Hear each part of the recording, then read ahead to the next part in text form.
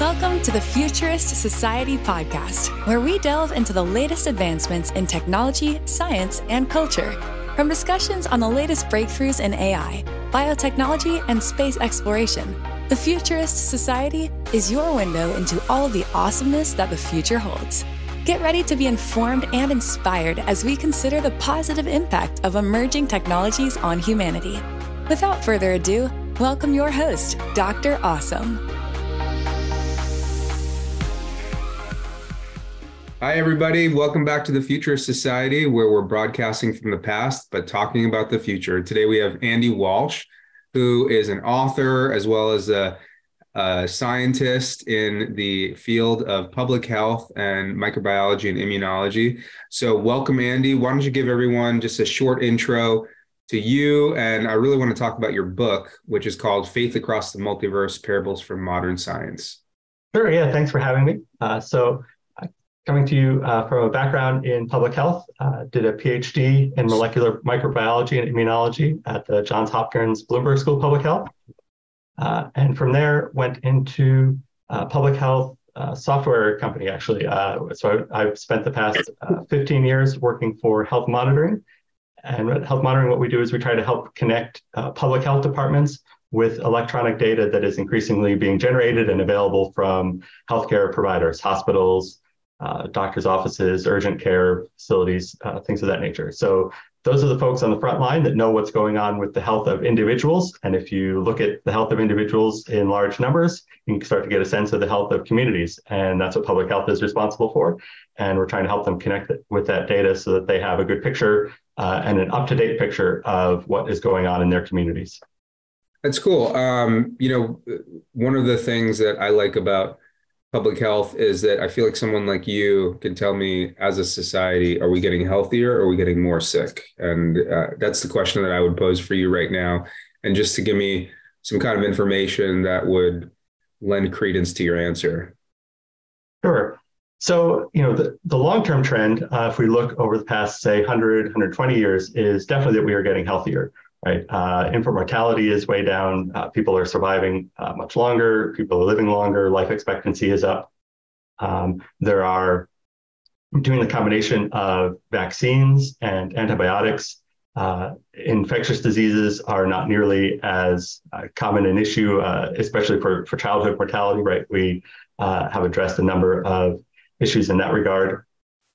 And so things that used to be fatal diagnoses are now very treatable, and almost things that we don't even think twice about, infections and so forth. And that in turn has enabled lots of other things to be possible. There are lots of surgical interventions and cancer treatments that are possible because we have antibiotics and because we have other ways of treating the infections that would otherwise result from opening somebody up and exposing their inside to all the things that are on the outside of it.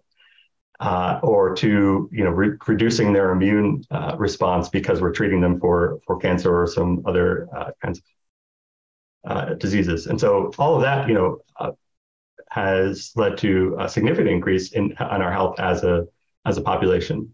Here in the United States, over the past decade or so, we have seen some regressions in some of those measures. Yeah, we have seen some changes in what they call diseases or deaths of despair, right? Drug overdoses, suicides, things of that nature. We have seen some increases in that. That was happening even before the pandemic, which obviously raised a lot of concerns about mental health as well as our health regarding the infection.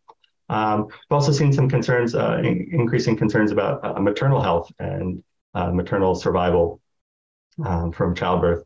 And so, there are some places for concern in the recent past, in some, in this country, and then there are obviously other things going on in other parts of the world with regards to outbreaks like Ebola in West Africa, other kinds of infections, air quality concerns and pollution concerns in some parts of the world.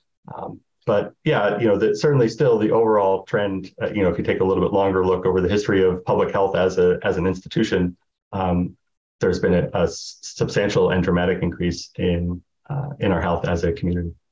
So, I hear that. Definitely the decrease in life expectancy concerns me because of those diseases of despair, just like you were talking about. And I guess that a lot of it has been attributed to the opioid epidemic, but I feel like the opioid epidemic has now been such that we have a very strict protocol in place to prevent people from getting opioids from physicians, which had driven the epidemic maybe like 20 years ago.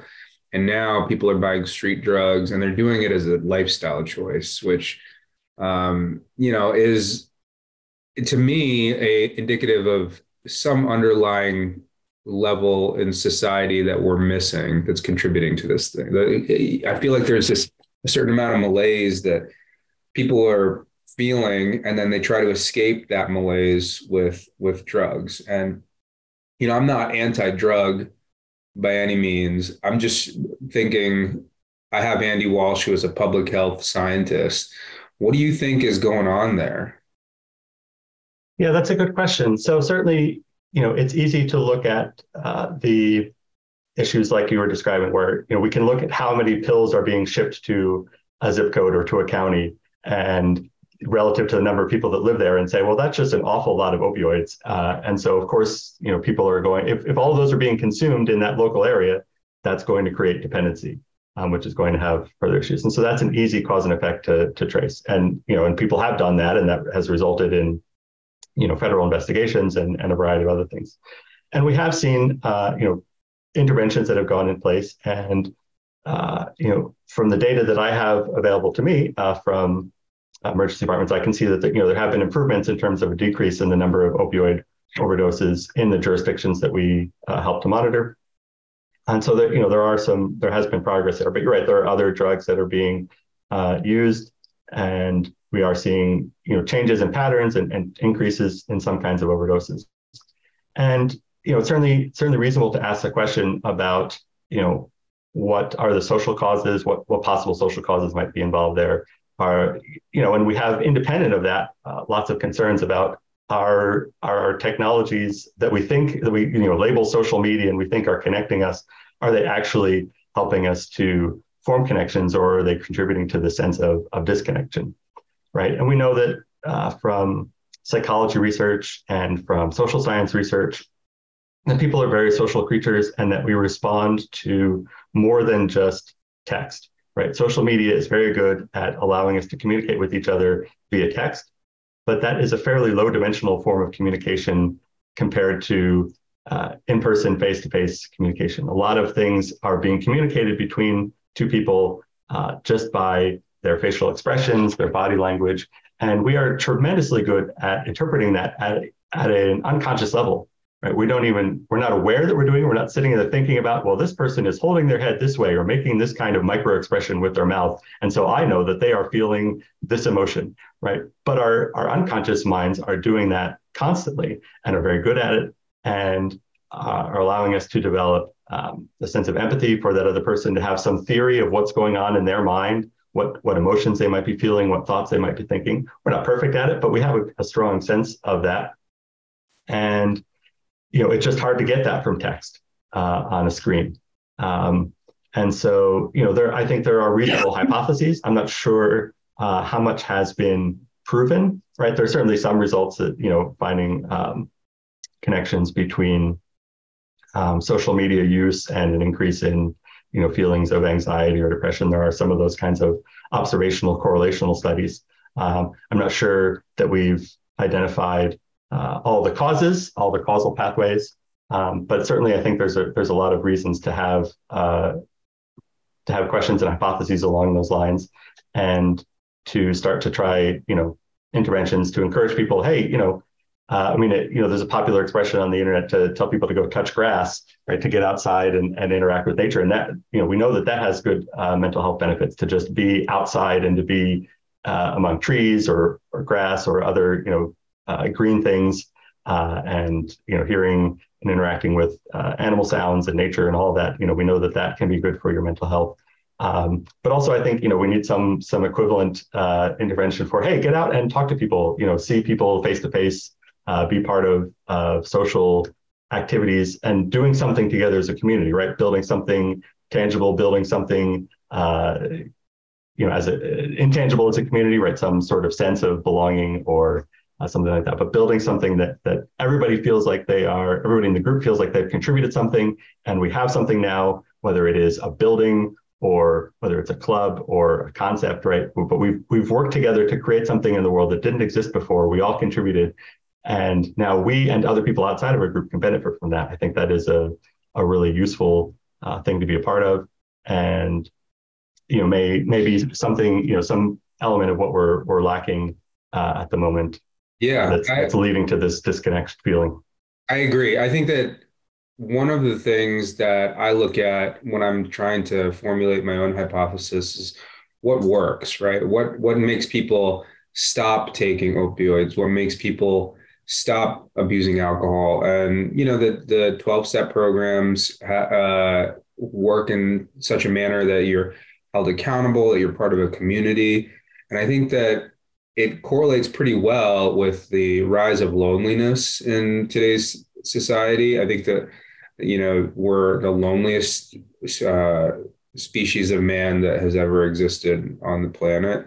Most of the past, we've been in these groups that, whether you like it or not, you're interacting with people. But now you don't really have to, because everything is automated in such a way that you could live and work and eat and do all of the things that in the past we would have to interact with other people for, and now you can do it entirely in the comfort of your own home. And I think that that's a tough life to live. But one of the things that you highlighted is, community settings, and something that I'm a big proponent of is just my faith. And I know that you agree with that because you wrote this book, Faith Across the Multiverse. Has there been any data that shows religious organizations' health in comparison to other populations that might be of benefit for our audience?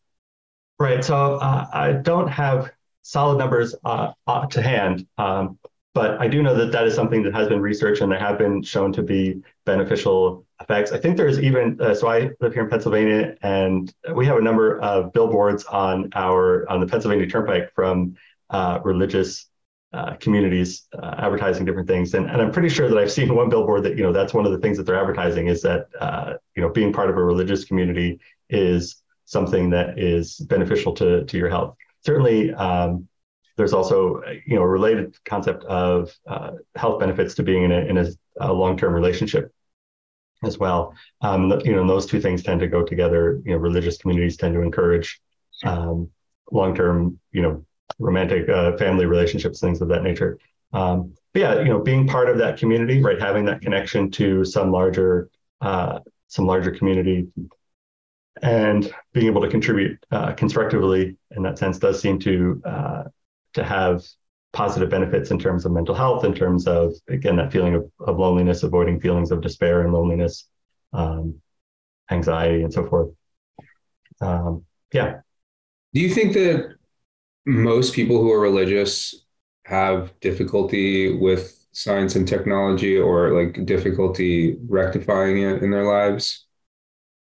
I think that there are definitely groups of people who have religious reasons for difficulty engaging with certain scientific topics. Whether it's a majority or not, that's hard to say, because there definitely are a number of folks in the sciences who have a religious faith of one kind or another. And there are definitely plenty of other folks in religious communities.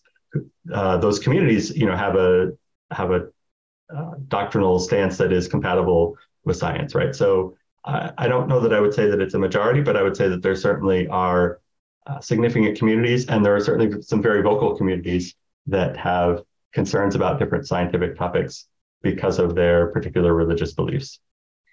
Yeah, so I'm Muslim, and especially during my formative years, I feel like there was this pushback for really anything modern. And that's something that I had to experience in my community.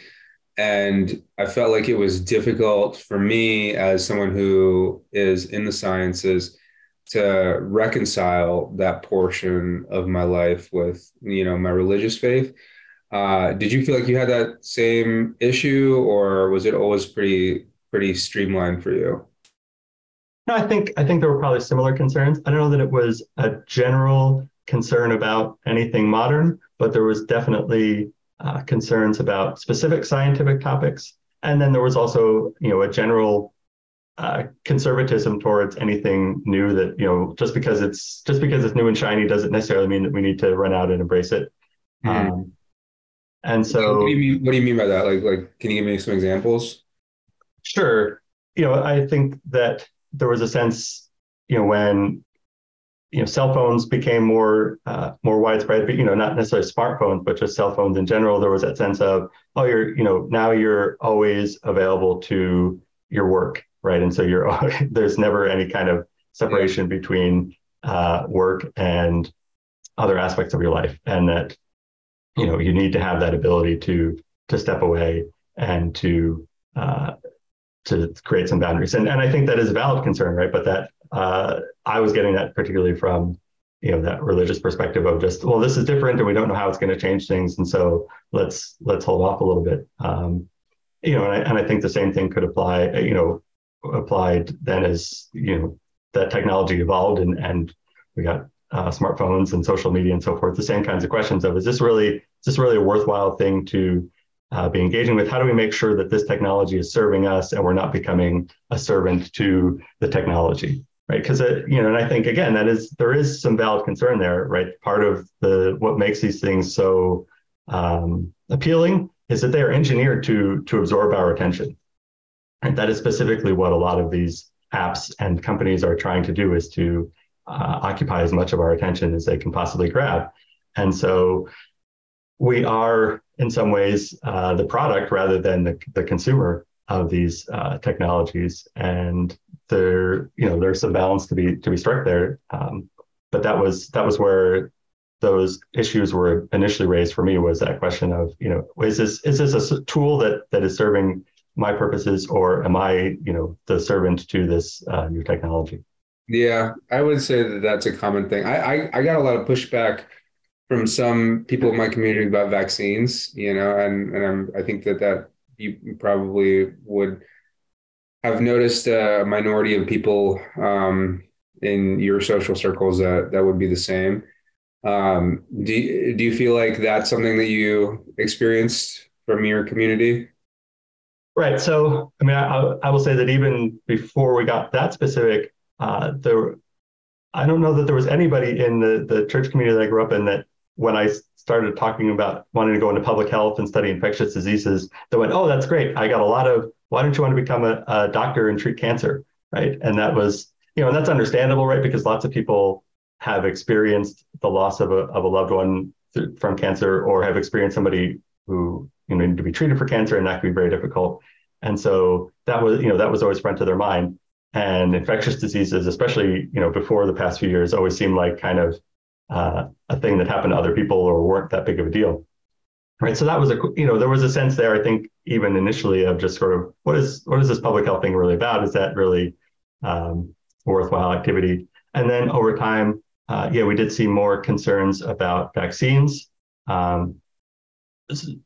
Initially, the concern was about how are these vaccines developed and manufactured, and is it the product of materials that came from an abortion, right? And that was a big concern that was raised, because some cell lines that are used in laboratory settings for either testing vaccines or for even growing vaccines in large numbers, if you trace all the way back, where did the first cells in that cell line come from?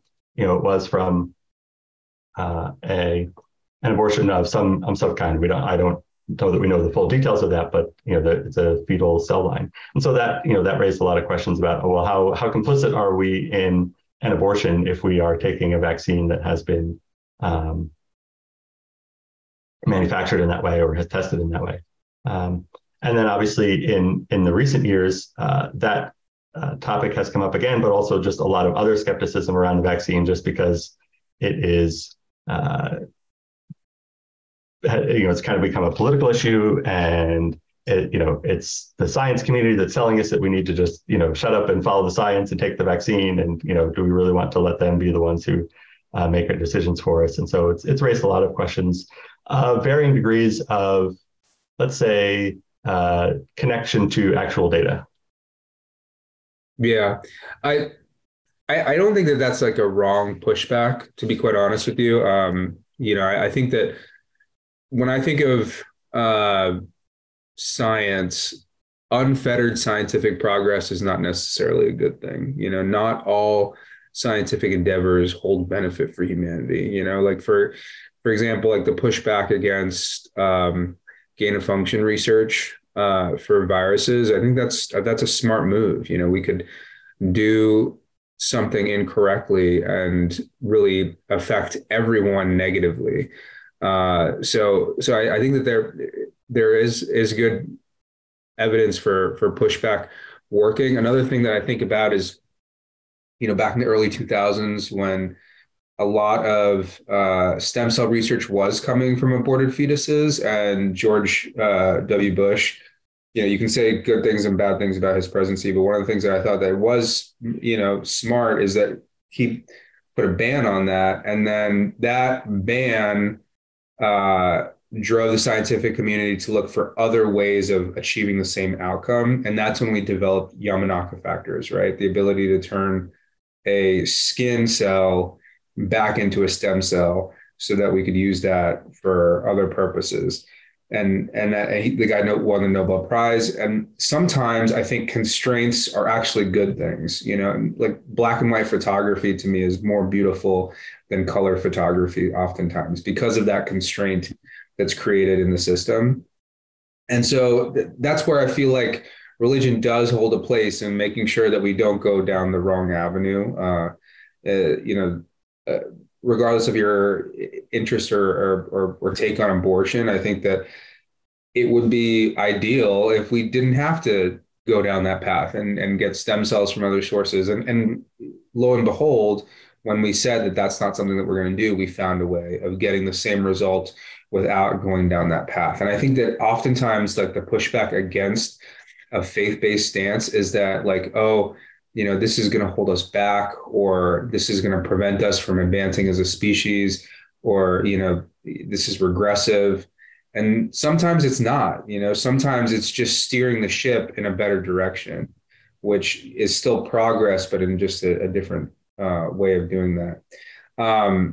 Speaking of, we're on the topic, I know you're a public health scientist. What do you think about the whole lab leak theory? How do you feel about that? Sure. So, let's maybe enumerate some of the different questions that are being asked there, right? So there's one question, which is, did the virus originate from a spillover event in a wet market, right? From humans coming in direct contact with animals in a non-laboratory setting? Or did the human contact with this virus that led to the first infections occur in a laboratory setting? That's sort of one question. Then if we get into the laboratory question, there's also the issue of was the virus that, if it did come from a laboratory, was it simply the fact that animal samples were stored in the laboratory and someone got exposed to them? Or was it that there was actual experimentation going on and engineering of a virus or research on a virus that then led to the spillover event? So there's very different kinds of laboratory scenarios. We're talking about the lab leak hypothesis. I've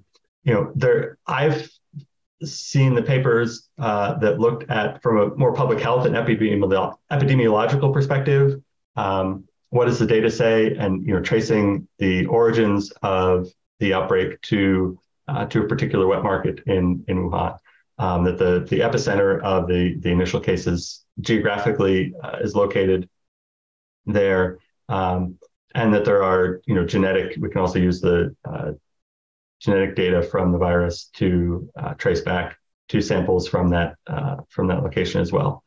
That that seems to be, that's fairly strong evidence or fairly well documented case. I don't know that it completely eliminates all possibilities of a lab leak scenario, but it does, speak pretty strongly that there is positive evidence that the virus was in that location and that people got sick in that context. Yeah, fairly early on. but it's just a few miles from the Wuhan Institute of Virology, right? So like theoretically, you could have someone that was working there that went to that wet market and became the vector for the disease. Is that correct? That is a possibility, and that gets into the question of how many events were there. The papers that came out looking at the epidemiological data suggested that there were two separate crossover events or fairly early on, or spillover events fairly early on, just looking at the genetic data. And that makes it more likely, to me, I think that makes it more likely, and obviously that's what they reported in the paper as well, that something was happening in the wet market itself, because there was frequent contact with animals in that setting. And so the chances of multiple spillover events are more likely in that scenario. Whereas the chances that two different people got infected in the lab and then proceeded to go to the market and infect other people seems less likely. There's been some questions raised there, as to whether, is it really two events? Is it really one event? Is there a common virus in the past that we can trace further back? And obviously there's also just the uncertainty of we don't know everything that happened in the lab. There's different questions about how they released all their notebooks and all the data and so forth. So we may never, know to a complete certainty what happened. But I think that there is, there's clear positive evidence of a connection with the market. The lab leak scenario still relies largely on, well, we can't rule it out for sure. And yes, that's true, but there's less sort of positive evidence of, yes, that something actually came from here, or there were samples here that are connected to what happened. Yeah. It's certainly a very interesting time to be in microbiology and immunology, right? Like the fact of the matter is that this was a world-shaking event that was, very applicable to your field.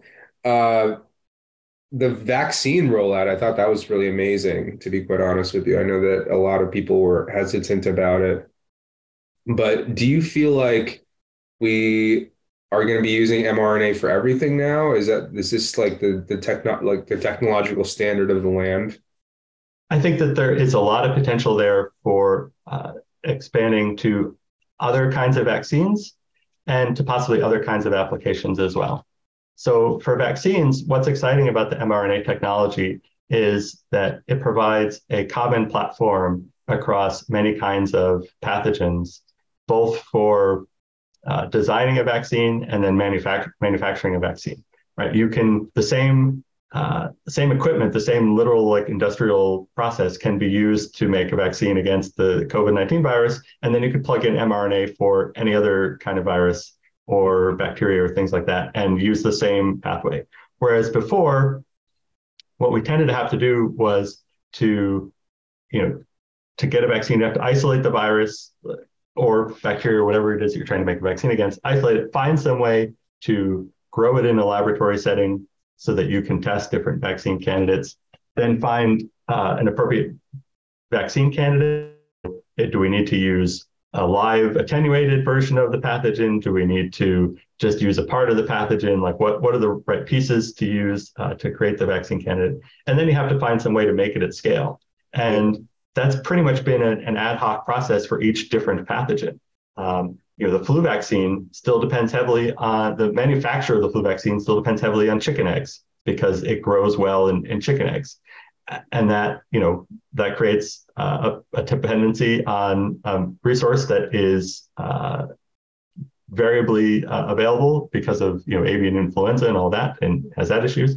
And there are also issues with growing the virus in the eggs means that it becomes adapted to the eggs and maybe less similar to the virus that's going around in people as a result. And so there have been years where the flu vaccine doesn't match the circulating flu virus as well as it could because the virus has adapted, the vaccine virus has adapted to growing in chicken eggs. So with this mRNA technology, we eliminate all that. We can just take the sequence data from the pathogen and go directly to, well, now we know what the vaccine should look like. It should look like an mRNA molecule with this portion of the viral genome or the pathogen genome. There's likely still some experimentation that would need to go on to say, well, do we need the whole genome? Which part of the genome do we need to look at? And so with COVID-19, we were very fortunate that we had previous experience trying to develop a vaccine against the other SARS virus. And so we had a concept of, well, it's probably the spike protein, and probably more specifically this portion of the spike protein that we would need to focus on from that previous sort of empirical research of trying different pieces of the virus. So that helped to speed up the process in that specific case, and that might not hold for every pathogen in the future. It might take a little bit longer to do some of that trial and error work. But still, we eliminate a lot of the questions of how do we even grow this thing in a laboratory? There are some viruses that we just can't even grow in the laboratory to be able to test vaccine candidates. And so, yeah, so it's very exciting in that regard to be able to accelerate or just completely eliminate some of the trial and error steps that have previously been part of vaccine development. Yeah, and for me, I think that's a hopeful thing about the future. What I had often worried about is that, God forbid, if we got into some sort of conflict like World War III or something like that, I feel like bioweapons are this low-hanging fruit, or honestly, even terrorism, right? Like that's something that we learned about in medical school. Like it's very easy to make a virus more virulent and more infective. You could do it with, just animal models and then just continue to make it more and more virulent and then release that on the population. And that always concerned me because throughout history, we've had such significant plagues and pandemics that have really done a number on us as a species. But now here we have this very fast, very scalable backstop and defense against a whole host of viruses. So for me, I feel like that's a hopeful thing.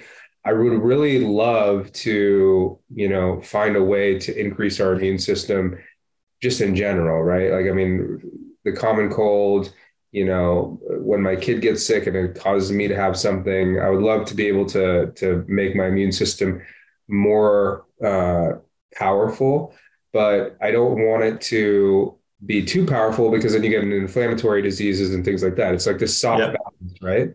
Yeah. And so that I feel like is a nice adjunct to the immune system. Okay, we have this virus floating around. Our immune system is not able to cover it. Let's give our immune system a little bit of extra support for this one particular virus.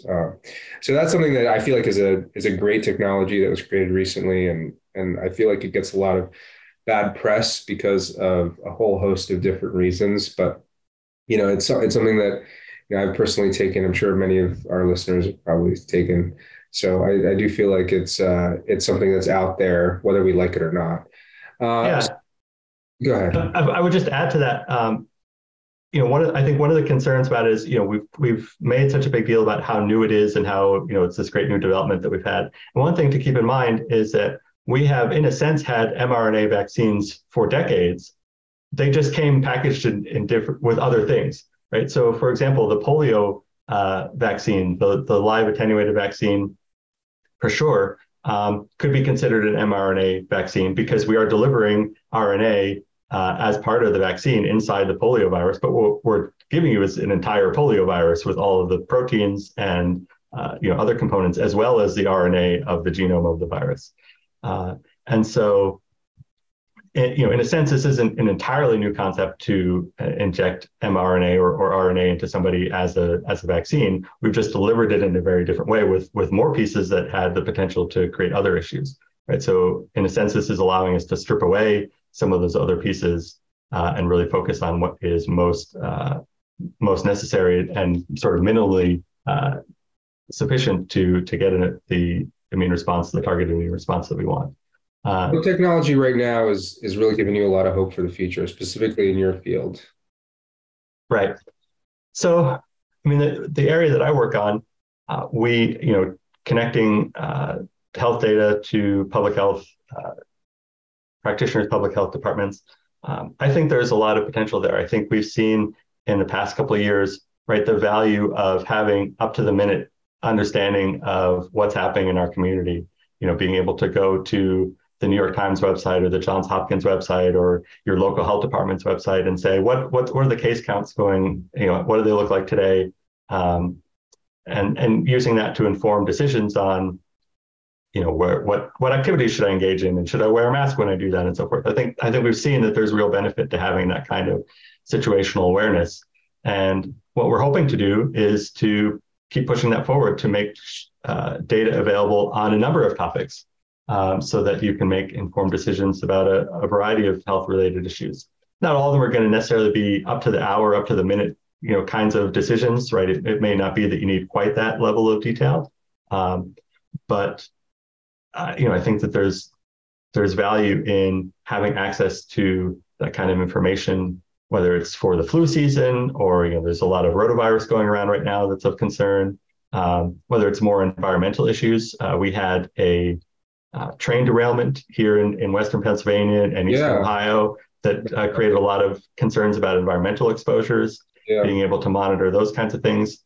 And just giving people awareness, transparency, visibility to what's going on in my community in a way that obviously preserves the privacy of the individual people, right? We're not exposing, we're not identifying anybody and saying the specific person has this specific condition. We're looking at a population level. What is the number of people, just like we've been doing with COVID case counts, right? That's all we're talking about. So, absolutely respecting people's privacy for their own personal health information, but giving people a sense of what does the health of my community look like in a variety of dimensions. I still feel like we're just on the cusp of the analysis of all of the big data that we're getting. If the last 10, 20 years were the creation of this data, transitioning to an electronic medical record, using search engines on a regular basis, everybody getting plugged into the internet. I think that now we have all of this data and no human being is really able to look at all of it. So now we have things like artificial intelligence and algorithms that allow us to get trends out of it, which I don't think that we've really touched on. I think that we're still in the infancy stages with that. Would you say? Oh, yeah, absolutely. And I think, big data has obviously been a big topic for a number of years. And where we've seen the successes with big data so far are things where there's a lot more control over how the data is generated, right? So when some of these companies talk about big data, what they're talking about is the clicks that they're getting from your web browser or from the apps that you're using on your smartphone or the location data from your smartphone and so forth. And that, is in relative terms, fairly clean data. Obviously, there are issues with it. I'm sure if we talk to engineers who have to deal with that data, they would have a litany of stories of, weird things that go on that they have to deal with. But you're still, the data being generated by software that the folks have a lot of control over in terms of what the software is doing and what the instruments that are making the measurements are doing. Whereas in the healthcare setting and in the public health setting, what's generating the data are these very noisy processes that are an overlap of a number of different health issues, right? So the number of people that come into the emergency department with a cough, that's a product of any number of different pathogens that might be going around at a given time. That's a product of air quality and people's level of asthma and those kinds of pre-existing conditions that make people more susceptible to respiratory issues. And so there's all those health issues that are a factor. There's also all the behavioral issues. We can see in our data, for example, that more people come to the hospital with a cough on a Monday than on a Sunday. Right? Well, that's not because people are getting sick, on like the day of the week matters when you get sick. It matters when you decide to go to the hospital to get treated, right? So there are all these human behavioral considerations as well. And so, all of that is going into this one number that I have, the number of people that have a cough at the emergency department on this day. And so there's a lot of data there, but the signals in that data are much harder to pull out or overlap with each other with a lot of other noise. And so I think you're absolutely right that we are still trying to figure out what are the best ways to make use of data that is that complicated, that noisy, and has that many different signals in it that overlap with each other. Yeah. Well, I would be remiss if I did not talk about science fiction because it's, I've noticed the Danger Room background which is something that I wanted to talk about, honestly, since the start of our conversation. So, like, what big science fiction influences can you say really made a difference on you growing up, and what are you reading right now? Right, sure. So, I read a lot of X-Men comics growing up. So that was a big influence, as you might infer from the Danger Room background. Um, Neil Stevenson was a pretty big uh, author in sort of teenage, college age years. And since, he's somebody that I really appreciate. And then Andy What Weir. did you write for those of us who are not familiar? Sure, yeah. So one of his first big books was Snow Crash, and that kind of was in that sort of what's the word I'm looking for? It'll come to me. But it was very early consideration of computer technology, the internet. What's the future of those kinds of things? Yeah. His more recent books. Cryptonomicon was the first book that I read that really hooked me. That was about code breaking in World War II. Yeah. And so it's a historical fiction story. So folks like Alan Turing and Church, who were real life figures, are characters in the novel as well as his made up characters. And so what I really appreciate about him and Andy Weir more recently is the way that they incorporate real science into the stories as a fulcrum of the problem solving in the story depends on understanding actual science. Yeah. And so you get a flavor of that actual science in the book itself. Yeah. And then it encourages you, it develops into the story. In terms of comic books, Ryan North and his Unbeatable Squirrel Girl series for Marvel recently. It's a story you would never think, right? It's this goofy character that didn't really have a following previously. This girl who has the powers of a squirrel, and Ryan North took that character and sent her to college and had her become a computer science undergrad, and right. Just works all this, computer science theory and database theory and all this kind of stuff into the story in a way that is entertaining and informative and, just very charming and endearing. And so that's the kind of thing that really excites me, is when there's real science there that's presented in a way that is accessible and entertaining, but it's very much informative, and you learn something from it even if you don't even realize it. In the context of a fun and exciting story about people using their superpowers to save the world. Yeah. So were you much more of a Marvel person than a DC person, would you say? It's funny. Before I started reading comics, I was watching the Super Friends cartoon and the Adam West reruns of the Adam West Batman show, and so I had Superman and Batman action figures. But then when I really got into reading comics, it was the X-Men comics that hooked me. And I think it was that science fiction aspect of them. Yeah. So they're not just guys in goofy costumes punching everything to save the world. They're engaging in more kind of scientific dilemmas. There was an infectious disease storyline in the 90s, the legacy virus, right? So that, as a budding public health infectious disease specialist, that was interesting to me. Yeah. And I'm not saying I thought that what I really liked about the X-Men was their social commentary. That like Charles Xavier is the prototype for Martin Luther King, and Magneto is the prototype for Malcolm X, and you had this underpinnings of racial injustice because of the mutants versus the humans, which I thought was like really powerful. But now like they're doing a lot of cool stuff. They have like this like not even like every like 5 years or so, they have like this reset on like society, right? Like they basically reimagine society so that these mutants are in a better or more equitable civilization. Right now they have this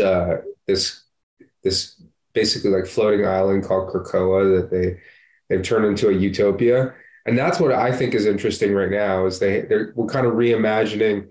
They take the science that we're experiencing now to like the infinity level, and they think like, okay, if all resources were infinite and we had all of these different things that we could do, like what could we do as a species. So the writers are really having like a really good time with that. Have you read any of that run at all?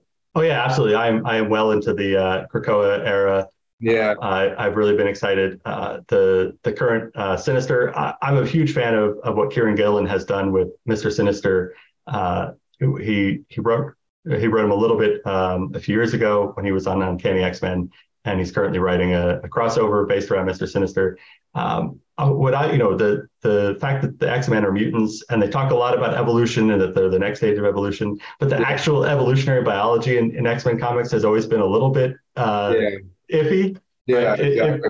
When they've actually touched on it, but Kieran Gillen really took that concept and brought it more to the fore, and so he imagines Mr. Sinister as this sort of, it's almost like a genetic algorithm kind of thing, where he made different versions of himself and tried to predict what the X-Men would do, and basically developed a training data set of all the things that the X-Men had done in the past. And so he just made iterations of himself that got better and better at learning what the X-Men had done in the past without having access to that information, and then use that. Okay, now I can predict what the X-Men are going to do in the future because I perfectly predicted what the X-Men have done in the past. And that's exactly what we do in a machine learning world, or in a with like ChatGPT, right? What is ChatGPT doing? At the end of the day, what ChatGPT doing is reading all the words that anybody has ever written before, basically, and predict what's the next word in the sequence, right? And predict what comes next. That's a basic machine learning task. And so, Mr. Sinister did that in an evolutionary kind of way. And of course it failed because it has to, because he's the villain. But it really has brought some interesting, science concepts into that. It was particularly around evolution and machine learning and so forth, into the comics. And so, I've really enjoyed those stories.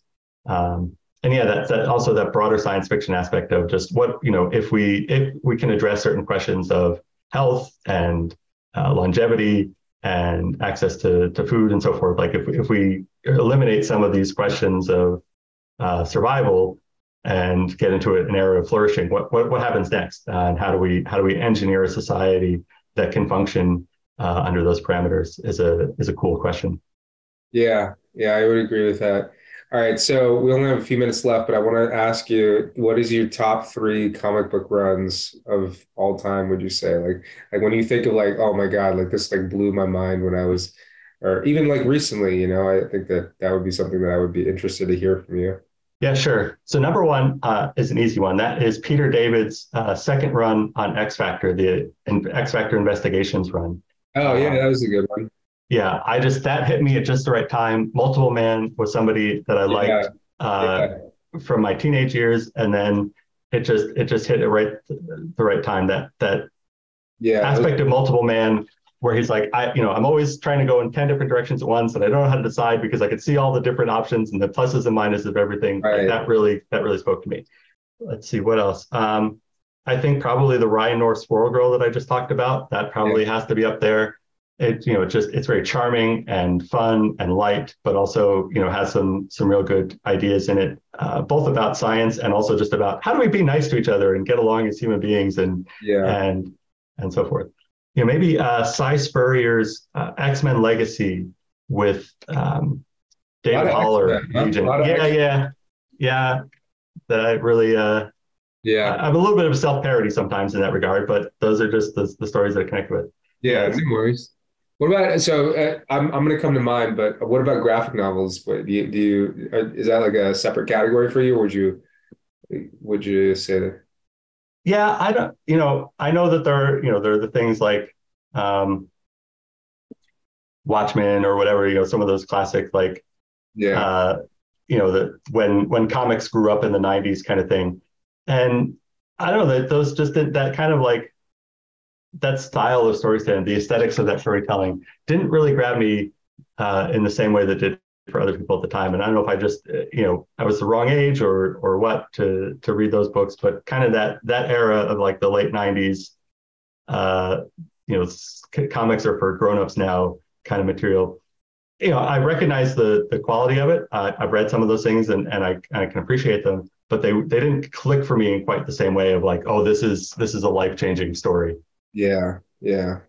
What really got me more so than the science from comic books. I feel like when I think of like science fiction that's really gave me a lot of hope for the future, I think of, Star Trek and some novels that I read like, even like Ender's Game. I looked at those, or Hitchhiker's Guide to the Galaxy, some of these, more more novel based, or like, live action based stuff. What really gets me about comic books is just the ability to make social commentary without using specific examples. And so I really loved Tom King's run on Mr. Miracle. Have you read I did read that? Yeah. Yeah. So I recently had a daughter. So like, that whole thing. Oh yeah. Okay. Him becoming a dad, like that really hit me. And like the art was great, and then the whole like concept of like dark side is it's just like, that was a novel concept to me. Anything that like comes out that like is novel, because especially like when you read comic books like for decades, it's like right. Yeah. Novel is interesting because these are the same characters, and it's just like you're putting your own spin on it, right? Mm-hmm. So that was a good one for me. But I would say that's number 3. I really like the Jeff Loeb and Tim Sale, like the Batman runs, like Long Halloween and sure. But my number 1, and this is going to be, because there's a lot of like fan hate on it, is Mark Millar and Brian Michael Bendis. Like anything that they touched in like their Avengers, and they had run on the X-Men, like the Ultimate series, for me, like the Ultimates was like just the most like over budgeted action film that could never be made, and a lot of, the current Marvel continuity takes a lot of information from that. Right. Yeah. But yeah, the Ultimates was definitely like, something that I still go back to and I look at, because it's just a really fun take on things. Because it really not a lot of social commentary other than, the stuff that like is out there, I think already, but it's just like an interesting take on it, and everything's dialed up to the max. But the other ones are good too, if you ever have a chance to read them. Sure. Yeah. I mean, that Ultimate series obviously was a huge game changer for a lot of things. Some great art in that book as well as the writing. Yeah, I can definitely understand the appeal of that. Yeah. If you found the parenthood stuff in Tom King's Mr. Miracle interesting, his Vision series. Yeah, I read that one too. Okay, so sad though, right? Like yeah. At least at the end of Mr. Miracle, like it's like a happy ending, but like Vision having a family and then having it destroyed, that really got me, Yeah, but it was definitely good. I mean, Tom King is a genius. I won't disagree with that. But anyway, it was so nice to talk to you. It's not very often that I get to indulge my comic book fandom. I understand. Really appreciate it. And it was nice talking to you about what we can expect from the future. For those of you guys who listen to us regularly, we're going to be having some more interesting guests and some more interesting topics about the future. So join us next time for the Futurist Society. Have a good one, everybody. We appreciate you taking part in today's episode. Take this chance to reimagine a better future by joining a community of futurists who strive for a remarkable world. Be a part of this growing network and contribute to making the world a more positive place. Visit thefuturistsociety.net and subscribe to the show so you don't miss a drop of hopeful futurism.